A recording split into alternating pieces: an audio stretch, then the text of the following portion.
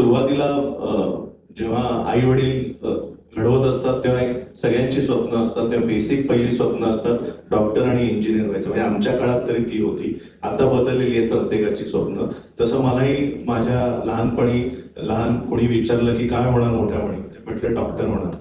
आणि 7वीचे मार्क बघून आई वडिलांची आशा संपली आणि माझी आशा संपली. सायन्सचे मार्क बघून हा आयुष्यात डॉक्टर काहीच होऊ शकत नाही, कंपाऊंडर नाही होऊ शकत, काही नाही होऊ शकत. सो माझं तिथेच खरं तर डोक्यातही कधी नव्हतं की डॉक्टरचा एप्रिल कधी मी अंगावर घालेन.